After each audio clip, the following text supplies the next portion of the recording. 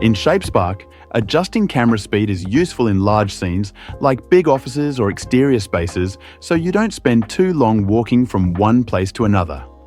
Here's this office scene at the default speed of 1.1 meters per second, which feels like normal walking and works well for most interiors. While editing, I sometimes increase the speed to move around faster. Here, I'll set it to 5, much quicker for exploring the space.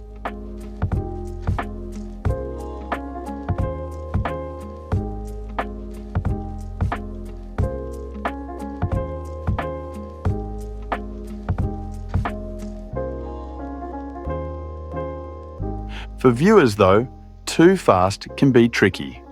Setting it to 2 gives a nice balance, faster than normal, but still comfortable to navigate in a big office like this.